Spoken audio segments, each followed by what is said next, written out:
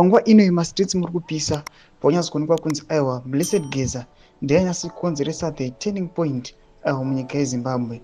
Everyone, vanhu vese munyika yeZimbabwe vaitya kuataka vakomana ve the ruling party pamwechete nemutungamiri wenyika yeZimbabwe. Nhau panapa Blessed Geza akuonekwa se champion, munhu ari kuonekwa kunzi aiwa akubringa back our freedom munyika yeZimbabwe. Ndoti wasubscribe like on the bell icon. Tipinda panapa pahindo CNC yeX vakomana vabuda vachiposta Emerson munhu akagwana Blessed Geza vabuda nyora achiti Comrade Runesu Geza, popularly known as Comrade Bombshell, is a military general and intelligence supremo who was in the trenches fighting for the liberation of Zimbabwe. He is the only man who has come to public to question why crocodile is personalizing Zimbabwe.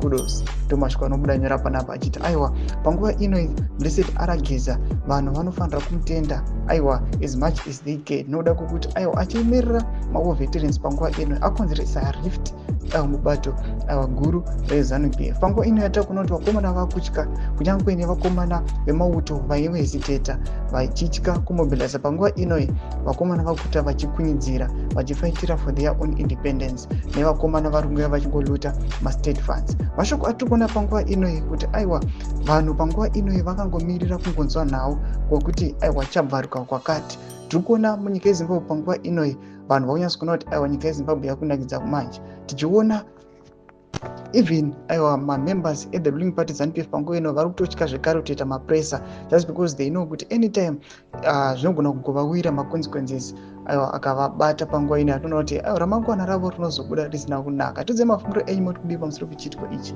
Penda comment section medu tudze mafungiro enyu. So subscribe or like, turn on the bell icon.